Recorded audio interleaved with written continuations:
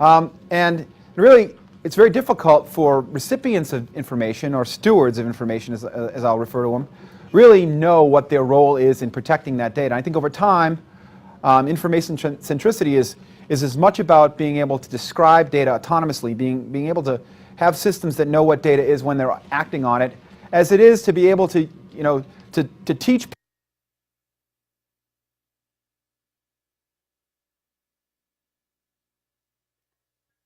their life inside of your enterprise. Information is pretty important to most enterprises today. I think one of the speakers was saying that pretty much, all significantly important information in the organization is digitized today. People handle it all the time, and having Vericept has about 800 customers, roughly 50 of the Fortune 500, and pretty much 1 out of every 2 Fortune 500 companies that's done something in DLP. It's not unusual for us to see organizations that create a terabyte of data a day. They don't know what all that is. They don't know where it goes. They don't know how it gets there. So what I'll talk about today, hopefully, and hopefully what you learn from our discussion today is really get your arms around what this whole thing about information centricity is, what the cornerstones, which is content awareness, what really underpins the notion of content awareness, how do systems use that functionality, and then what kinds of examples we'll illustrate, and then show you some examples that will certainly illustrate how you might use that to become more data aware in your security programs. Been through who Vericept is. So there's 5 bullets on the screen: e-discovery, data governance, info security, storage optimization, brand protection. All things that probably, as IT security professionals, you have come into contact with. E-discovery, somebody from legal shows up at your doorstep and says, I need to find everything that looks like this, and I need it now. And when you find it for me, you need to make sure that no one can access it anymore. And I need to know where it all is, and you can't miss any of it. Data governance, risk, and compliance. Oh, sorry. Apologize for that. Equipment failure already. Thanks.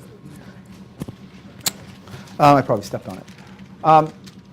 Information security. Well, we all, I think lots of people read the Wall Street Journal. I certainly do.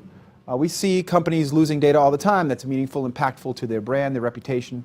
The ability to be compliant. Mike Rothman had a nice talk today on compliance. Compliance in and of itself is probably something we shouldn't focus on. It's an afterthought of doing good security.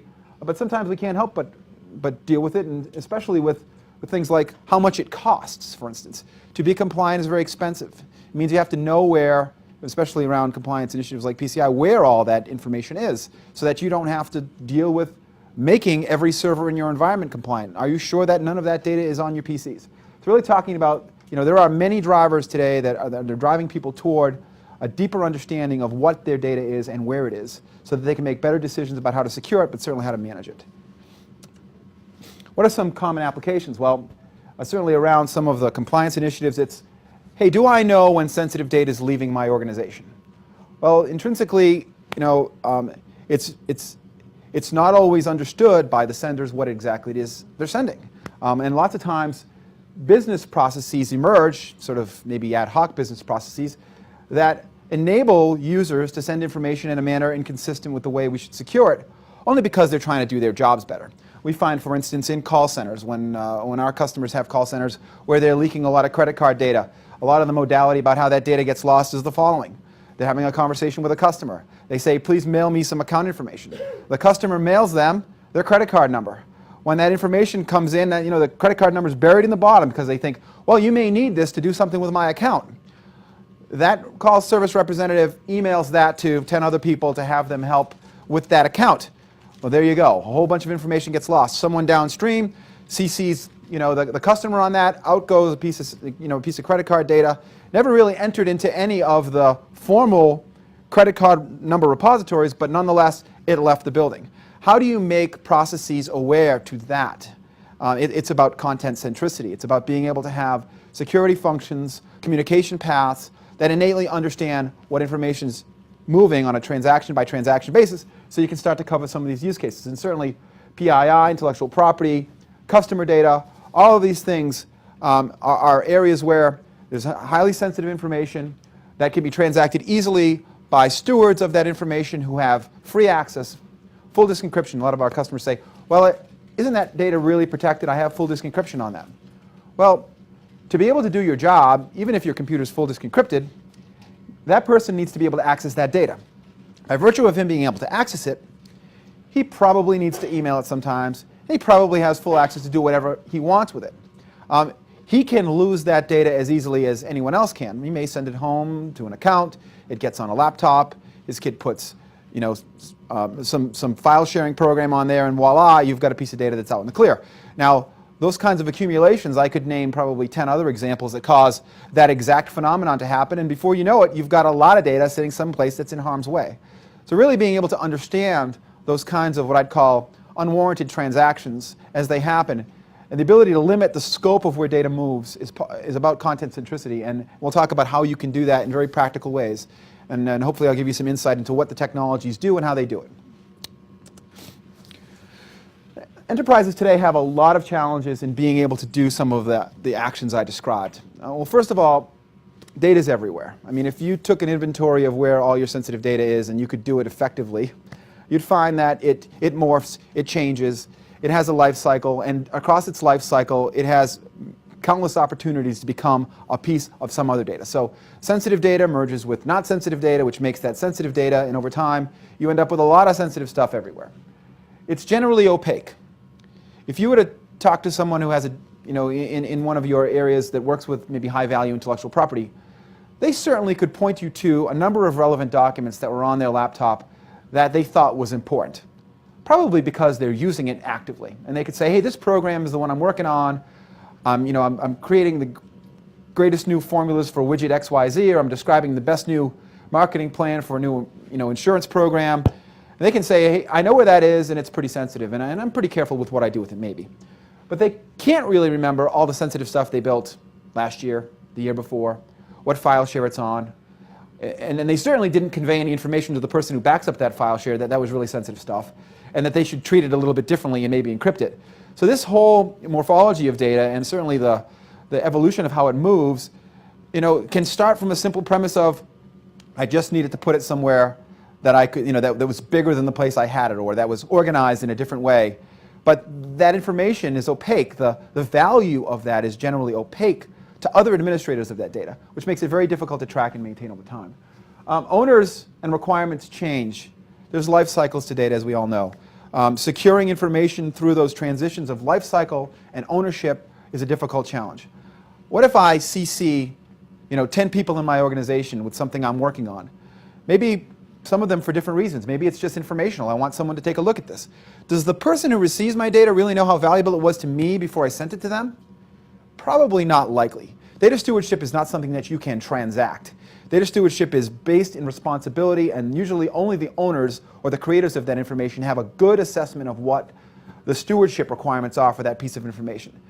Now compound that with data ages, it moves, it has to go into different lifetimes, meaning it goes from the creation phase to the usage phase to the retirement phase to the archiving phase. There's lots of phases in between there. But does the administrator, 3 phases from the creator, really understand how valuable that was? Can he even recognize it? Arguably, we find all the time that when we go into organizations and we help first start classifying the information, people don't even know the value or the types of information they have in their own perimeters of responsibility. So how can you expect an IT administrator or an IT security professional to know what to do with that? Compound that with, there are lots of different reasons to secure or manage data. Some of them conflict. Some of them act in harmony. Lots of different policies, lots of different systems. So how can you deal with this in a way that is consistent throughout these processes and these requirements? And then, of course, business systems are very complex. And again, in the end, most business systems are built to enable the free use of important data because that's how your business operates.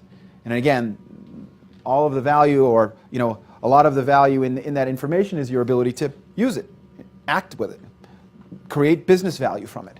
So making it too restrictive to operate with that data is certainly something that's not going to be a very amenable in the business process if you can't do it in a way that is self-described or very easy to use. So what are the high-level requirements for being able to get our arms around all those spheres of responsibility that come with securing data appropriately based on its business value and usage and compliance and all these different areas that cause us to have requirements toward data security. Well, one way is if we can find a way to integrate data-centric security components with the data applications and IT infrastructure layers. Now, what does that mean? Well, maybe it means, when an application is enabled to store something onto a system, can we ensure that through the business processes that use those applications, information is not going to the wrong places? And what is the information that's moving? It's as simple as, for instance, say you have a terminal application where a call service representative is able to enter in a bunch of data. And we've seen this exact example, so it's not science fiction. Maybe there's not strong type checking on the field entry on those data sets. And maybe they're able to put a social security number in an address field, or put someone's PII in some other ancillary column. Seems quite benign, except that maybe half of that database is being sold off to information for advertising, and the other half is really sensitive PII. And lo and behold, you're moving a whole bunch of data that contains maybe social security numbers, people's information out just because of a clerical error. So wouldn't it be interesting if you could have a way to be able to examine periodically, or even at the time of the transaction, what exactly that data meant that was going into those fields, maybe in an autonomous fashion, or hey, who's accessing that data and what is it? And be able to restrict where it goes and how it gets there so that we can make sure that the right data is going to the right place.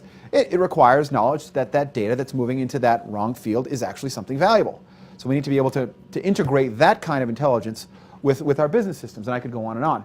You certainly need to ease end user and enterprise interaction with security controls. And I said, today, if all of a sudden we put a security technology in place that was highly data aware, but every single transaction that was transacted with sensitive data had a pop-up window that made you justify why you were using that sensitive data, that wouldn't be a very effective business solution. And I think people on the IT side of the house would certainly take offense to that.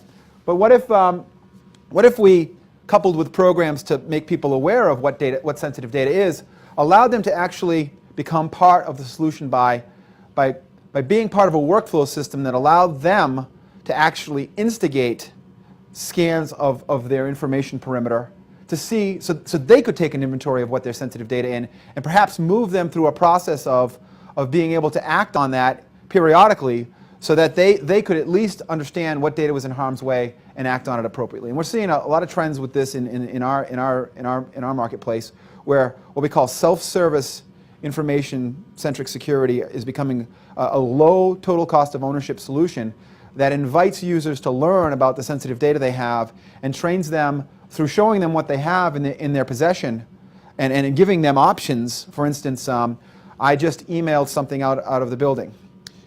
It was detected that it had 100 customer account records in it. I didn't encrypt it before I sent it. Instead of having an IT administrator have to deal with that from a centralized administrative function, how about telling that user through an email that they did the wrong thing, it violates a policy, here's the policy, and by the way, click a button and encrypt it. It does a bunch of things. One is, it invites them to become more aware of the sensitive information that they transact.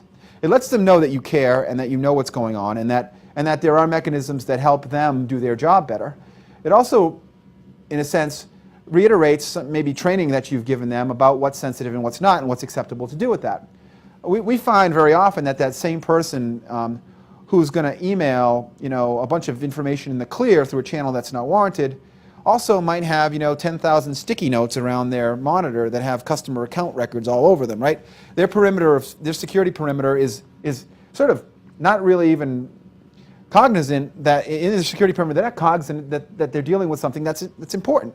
So this helps limit the the overall risk surface here by making in a very easy way for users to be able to interact with sensitive data. Actualized data and security and separability.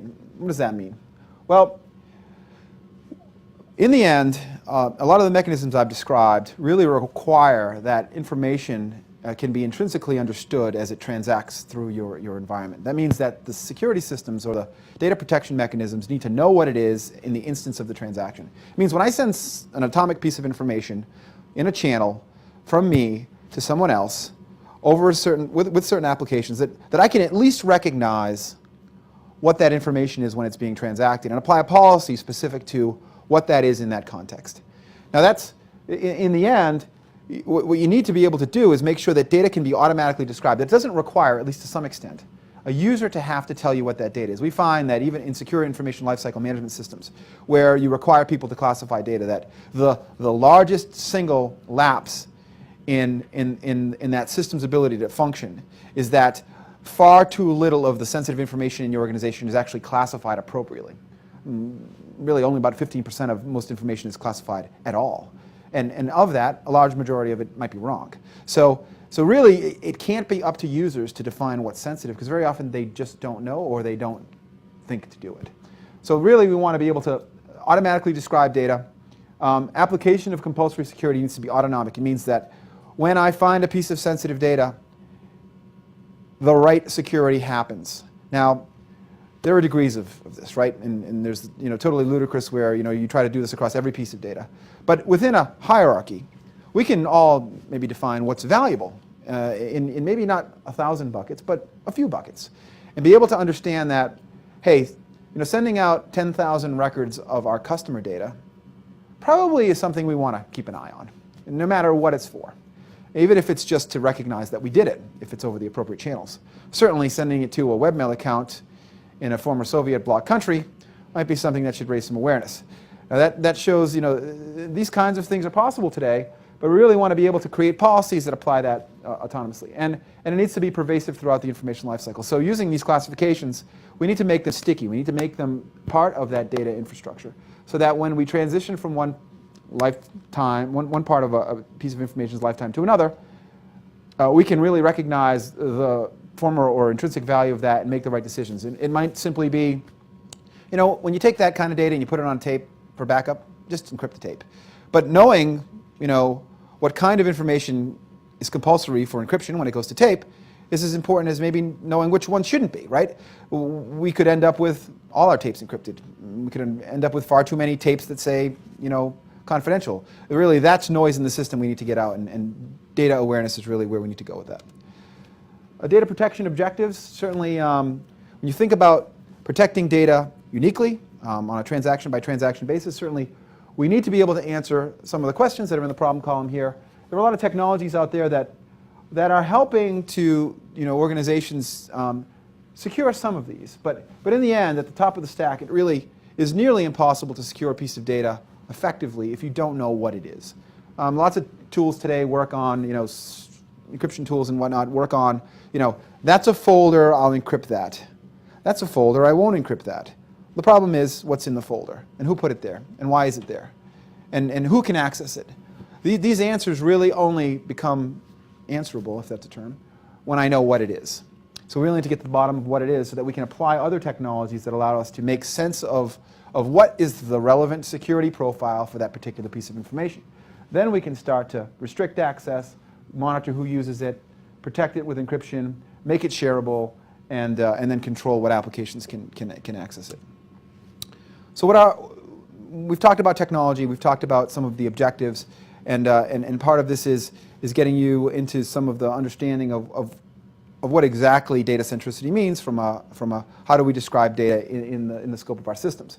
A strategy is really to take this to an IT planning strategy. Really want to understand the risks that are associated with data that's not adequately protected.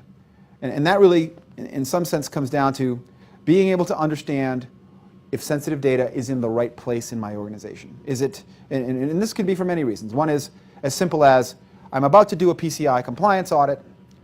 I don't want to spend the money to do, pen tests or other kinds of analyses on all the servers. I'm not quite sure if there's sensitive data on all the servers. So let me find where it is so that I can make sure that I'm only scoping my compliance initiative to the right locations. Now, the everyone access problem creeps in to this same metaphor, which is if I don't know what data is on my file shares and the access policy says everyone can access it, I'm quite sure that my data isn't safe. I'm quite sure that it's being used the wrong way. And being able to make sure that sensitive data is not in those environments is important in securing it properly. Where is it going?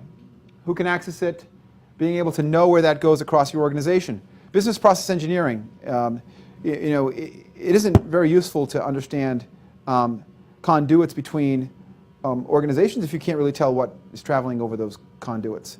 So we see all the time in our industry where you see a merger between two large companies, and the first thing that happens is to make their businesses sort of flow, they give everybody access to information on both sides, or they give a lot of people access to a lot of information on both sides. That causes a significant conundrum in being able to enforce the ownership boundaries of data.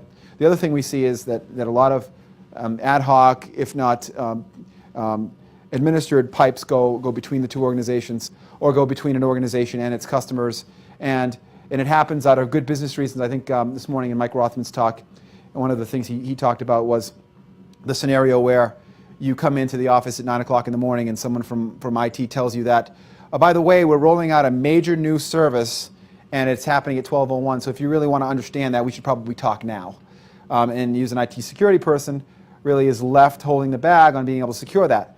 These sorts of things happen all the time. Maybe some you know about and some you don't know about, but certainly there are ad hoc relationships. We see them quite frequently where you find a new business partner. You're a micro IT organization inside of a big company. We set up a business relationship. We start flowing information, and none of it's secured properly. So we need to be able to monitor and see what's going on in these transactions so that we can have visibility into what's going on all the time. Controls. We need to be able to create controls and policies that take awareness of data into account so that we can administer the appropriate security at the time. And then over time, we need to be able to make sure that all this is working and audit the information appropriately about who's using what data so that over the long term, we can make strategic planning objectives to institute new training programs, new executive awareness programs, new business awareness programs, and business process analysis that lets us build over time more and more secure information handling systems. Well, to make sense of all this information, certainly it would be convenient if we could map the data that's in our organization in a way that's certainly meaningful to us as IT security practitioners, but in a way that doesn't become too onerous. We've seen effective use of a three-tier taxonomy, one that attempts to classify business information in say 3 broad categories: high business impact information, medium business impact information, and low business impact information. And under those 3 major headings, you may have a number of subordinate classifications. The term taxonomy tends to creep into discussions when you talk to people who do data classification. I think maybe most of us are familiar with the term taxonomy. It's really just a tree and hierarchy of different types of data classifications: confidential documents, mergers and acquisition documents. I know my friend Mark here is very aware of taxonomies that we can associate security policies to. In the end, imagine that you have a SharePoint site, and your goal is to make sure that all of the sensitive documents from project XYZ are in the right security domain. That I've set the right switches and knobs, and whatever goes there is under DRM control. What you really need to be able to do is make sure that, one, that the appropriate level of security measures are on that site to make sure that when indeed someone puts a piece of high business impact data in that folder, that it's going to get encrypted properly. The other is what happens when someone puts some of that data into a low business impact folder. How can we recognize that? We need to classify that data periodically to make sure that phenomenon is not happening. And really by segmenting the information classes into something simple so that we can have general practices around handling this, makes it not so difficult for people to understand the value proposition of being able to categorize data like this. But and also gives you broad policy sets that let you deal with this in an easy to administer way. Most people understand this kind of taxonomy. Most people understand this kind of. Did you have a question? I did. Okay. This kind of taxonomy, and really the business of trying to be able to organize these things is really the work in this practice, right? Go ahead. Okay. Conceptually, 150% on board with Sure. what you just outlined. The practical matter, though, is I want to say many organizations, if not most, are in a situation where they don't have formal data handling and data classification Policies. Procedures. Sure. Not policy. Procedures. Procedures, yes. Policy exists all over. Sure. Procedures are what's lacking. Sure. How do you effectively implement classification and handling into an organization that doesn't have the culture to do that? It's a difficult challenge. Now I'll describe what others have done better than sort of postulating what might be possible. I can talk about what other companies have done. And we have clients and companies that we've worked closely with who have instituted an exact policy like this.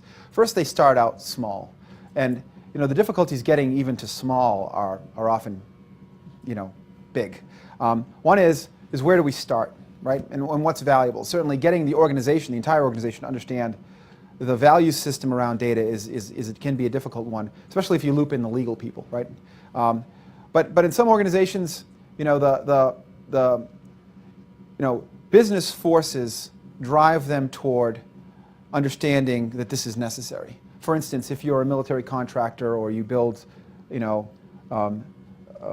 weapons or military vehicles, and you have contracts that constitute that you need to protect certain data certain ways, you're motivated to go do this. And we see a lot of people start. A lot of people who are very sophisticated at this have started because there are business problems that can't be solved without doing this, which is, I don't get that contract, or I don't keep that business, or some force like that happens. It really comes down to, starting, again, the business side, getting the business owners to believe that this is valuable, right, is a almost organizational, specific to organizations for sure. But in the cultures that it's worked in, there's been, we've seen sort of security pundits or people who are driving these kinds of programs, do a good job of socializing, the business outcomes that happen, the positive business outcomes that happen with this, which is, in some cases, lower storage costs. In their industries, there have been, highly publicized breaches, and they can show correlation between understanding our data and protecting it, and that's certainly something that has driven motivation in a number of organizations. Compliance mandates, being able to reduce the total cost of a PCI audit because I know I have to audit less servers. These kinds of things, and depending upon your industry, may be more or less relevant. Now, taking that from, it's a good idea, we should think about doing it, to how do we practice it, has always, we've seen as a pilot to practice phase. These organizations start in an area where they think there's high value in doing so.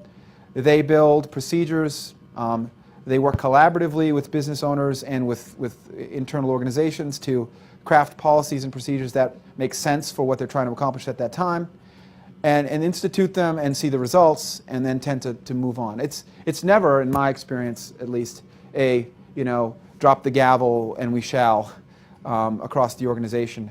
But in some cases it's driven by necessity and a clear understanding that there's going to be increased lower costs or even lower risk in the long term. If you saw Mike Rothman's discussion, it's very often that pragmatic CSO who talks about business risk and really understands the stewardship responsibilities of the organization's data within the context of their business operation that is able to move some of these things forward. Hopefully that answered your question. I could get into more nuts and bolts about how you actually do it. Well, but I mean, that's where the interesting conversation. There's more here that we'll talk about. I know my challenge is being in a particular segment of the financial service industry that is not driven by PCI, it is not driven Right, sure. by compliance, and if the culture doesn't exist, you Yeah. can have a CIO who advocates this. It's fighting cultures. It can be a difficult challenge. Why make the business change from efficiency and effectiveness to transact the business to now trying to add something in to that process? Yeah, there are mechanisms today that are used effectively that have very low business impact, if at all any business impact. It really comes down to what risks are you reducing, and whether or not the organization appreciates that those are there's a value system in adopting these policies. Certainly in other areas of financial services, and even in some, I'm not sure which one you're in, but we've seen lots and lots of financial services organizations maybe not do the be-all, end-all, I know what every piece of data in my organization is, but certainly they want to protect their customer data because they know they can be an effective churn or brand equity damage due to, I've lost a bunch of customer data. That's that's the tip of the spear that sort of expands the content awareness momentum in an organization. It's if you've seen something really bad happen to someone in a peer group, or you can help streamline or automate your information security practices because you know what data is. That's where we've seen organizations bring it in.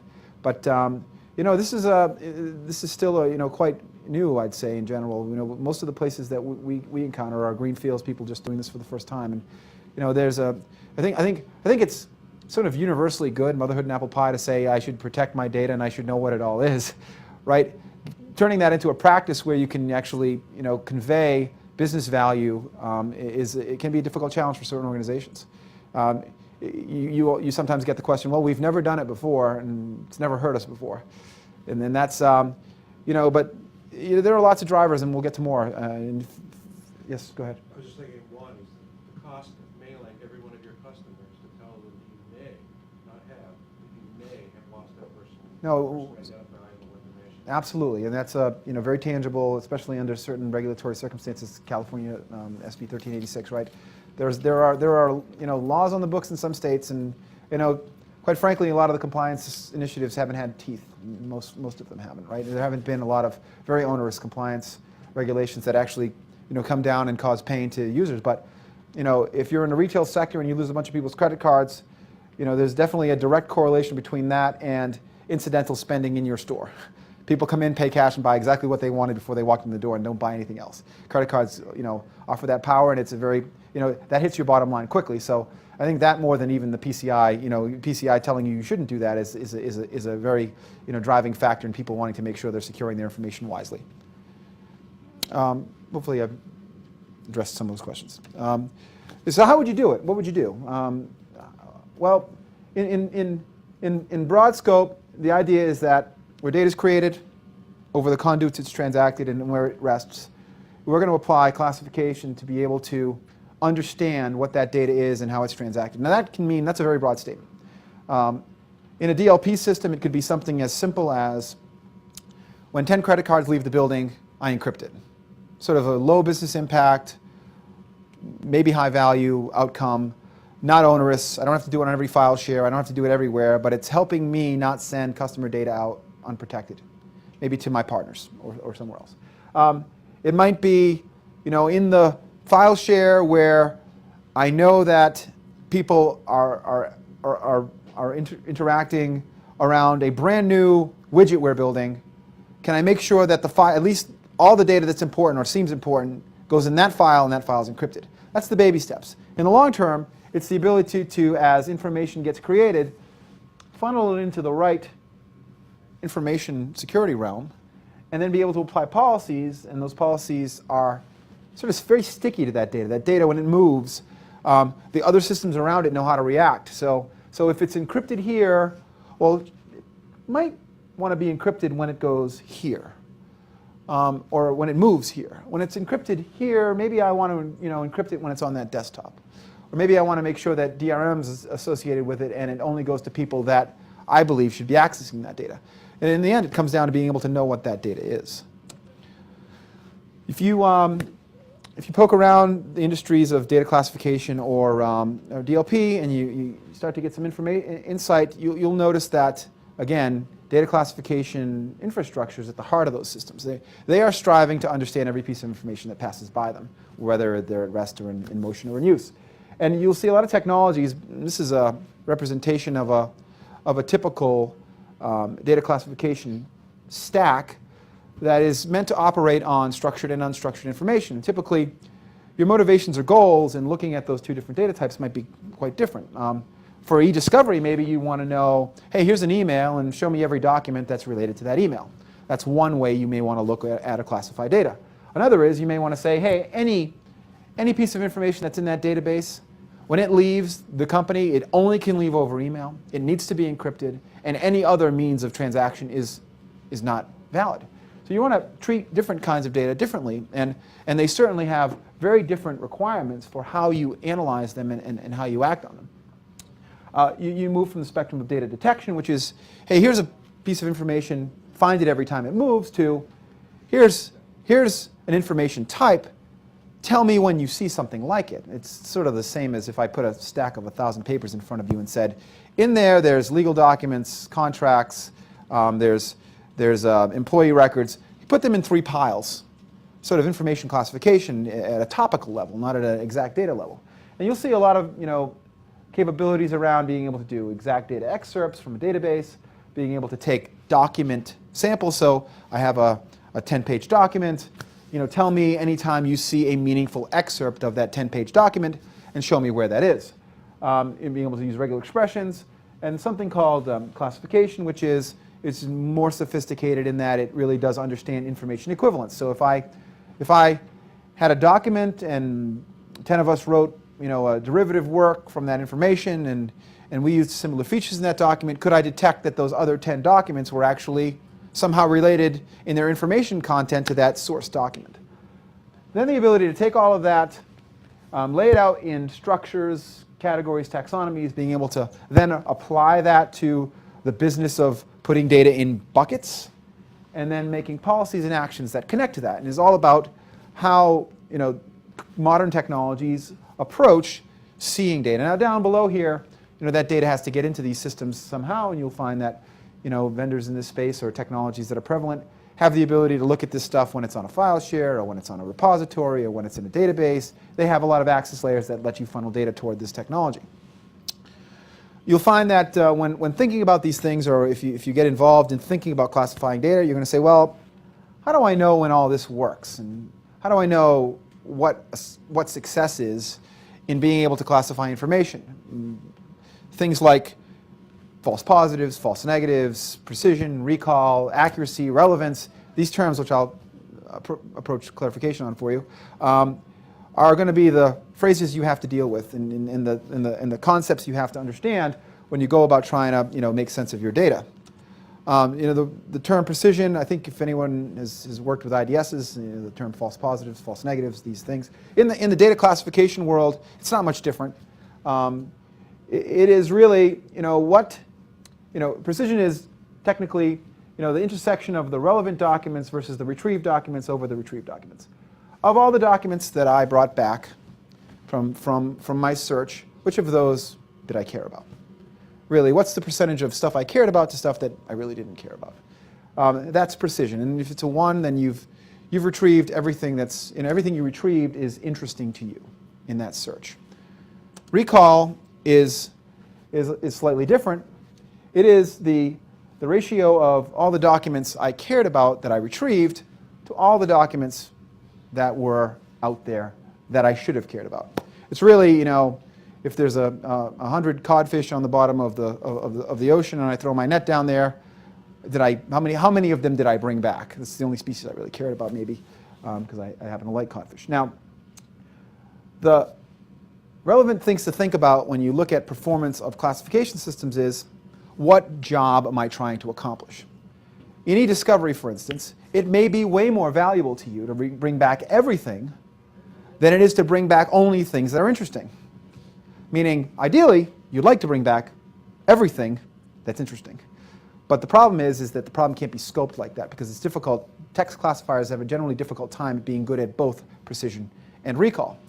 So you really start to get into something called accuracy and relevance, which is, of the things I was interested in finding, what certainty do I have that I got most of them? Even if that means that I have some things I didn't want. And in many cases with classification, especially if you, in the end, if you want to do a 100% perfect job of making it work for every document you have, in the end, in some small fraction of the documents that you get involved with, humans are going to have to be involved. That could be as simple as, hey Joe, we scanned your laptop on Tuesday, and we found, 100 documents that were interesting that we think weren't protected.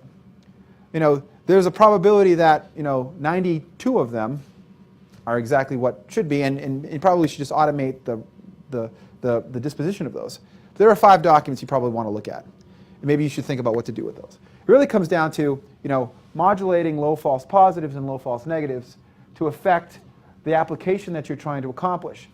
That one document in an e-discovery scenario, I want very high recall. Why? Because the one document that I didn't find that was out there, right, when I'm trying to be too precise, could be the one that makes a difference in the case that I'm trying to win. But that being said, in an active control scenario where I'm trying to block emails based on sensitive content leaving the building, a 1/10 of 1% false positives for a given content type could mean my business is shut down. So you really want to be able to have systems that enact combinations of classification that allow you to tailor the use of classification for the application that you're trying to achieve.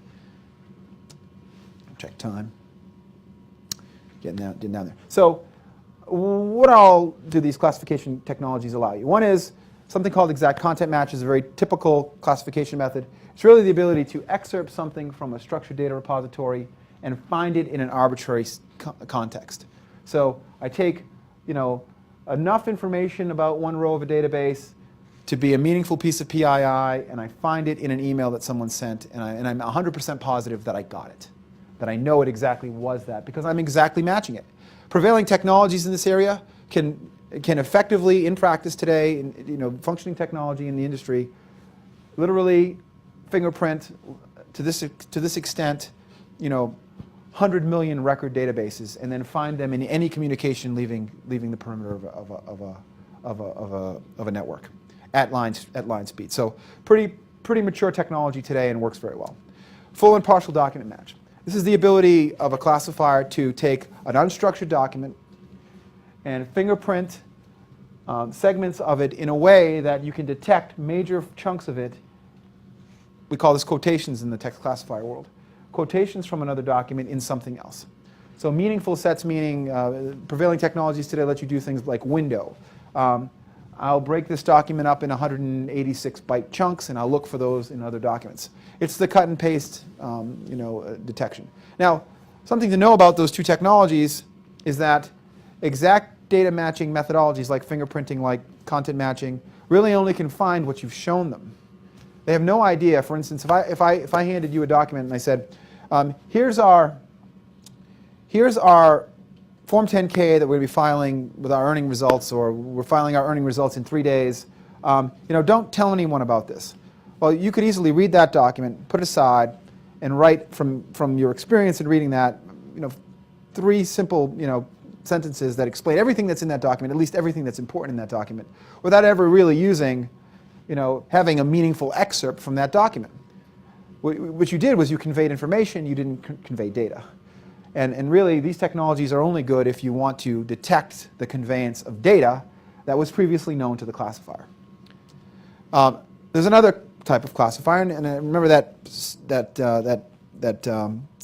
stack of technologies. One was data classification way on data detection way on one side. The other was information classification. The topical classifiers are another realm of classification, and they are really textual classifiers that allow you to understand information equivalence or information by topic. Again, the example I gave you where you have a stack of documents and I ask you to put them in piles. This technology is very good at finding everything, meaning it's going to have higher false positive ratios than the other more precise techniques, but it's going to get you everything. It's very useful in knowing answering the question, what's out there? What kind of sensitive data do I have?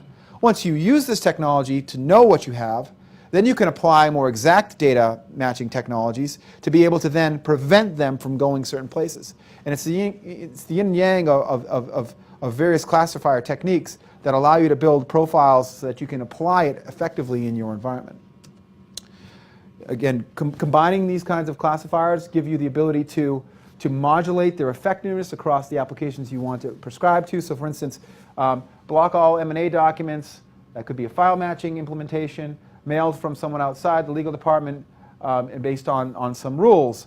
Find and protect all internal design documents. You really want to know where they all are first. You want a more broadly effective classify by topic. Maybe you've put things in gross bins on a file share, and now once they're in there and you've had the ability to interact with them and know that those are in the right class, then you may be able to create rules based on another technology, be able to block them when they leave your building.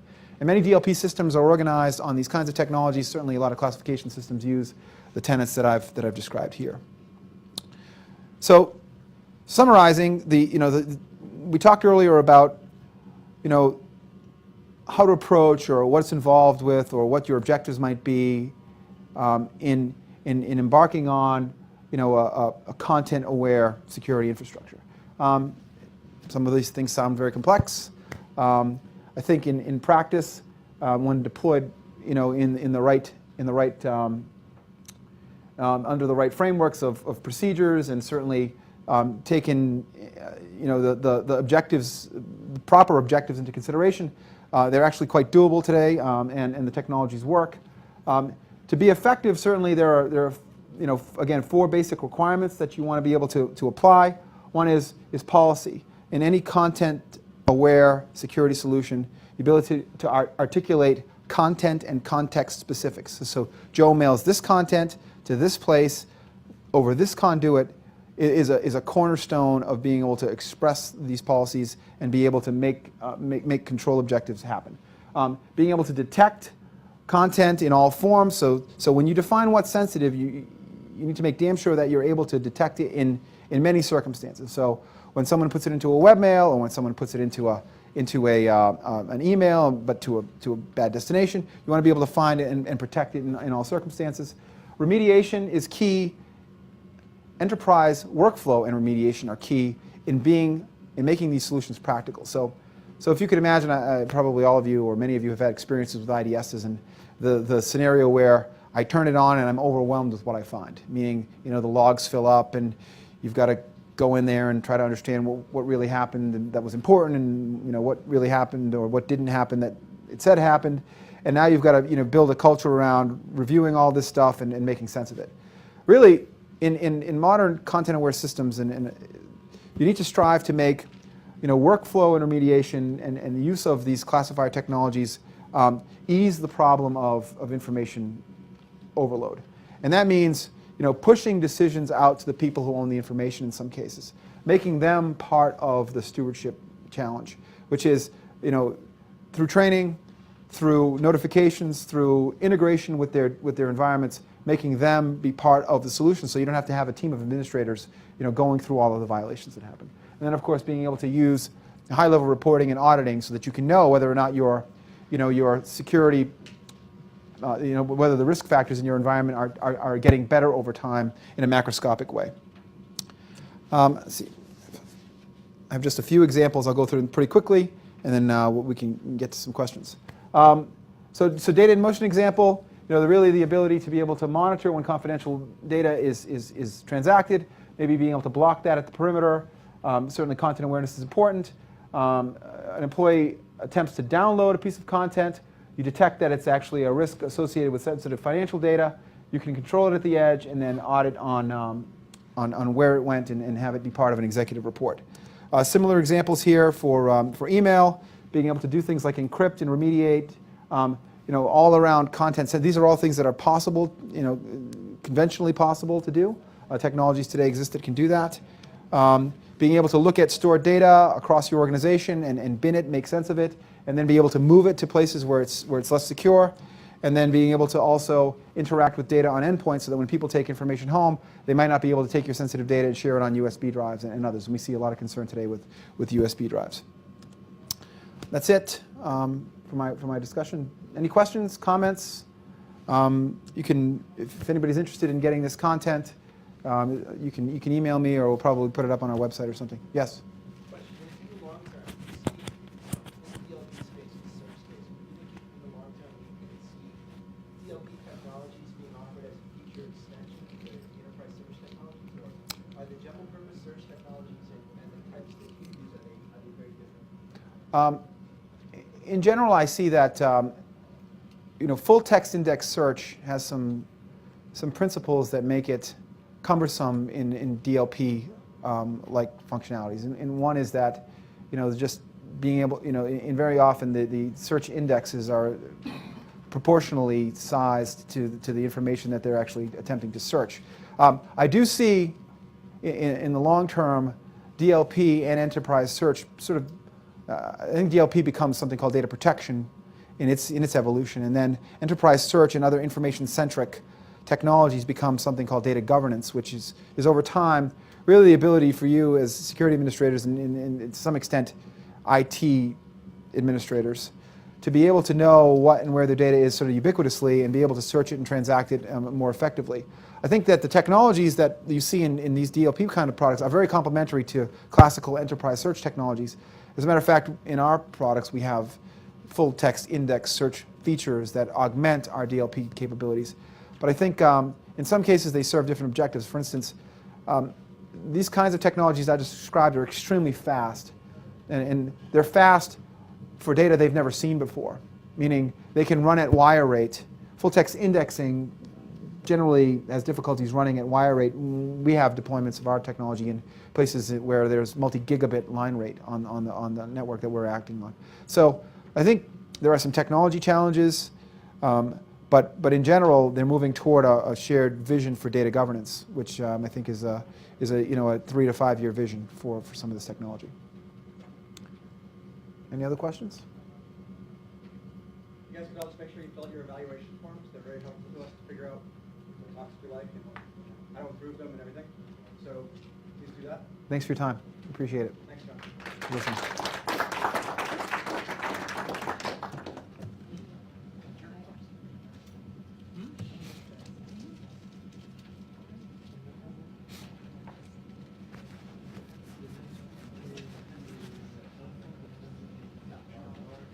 Not enough time to talk about candles as much. Well,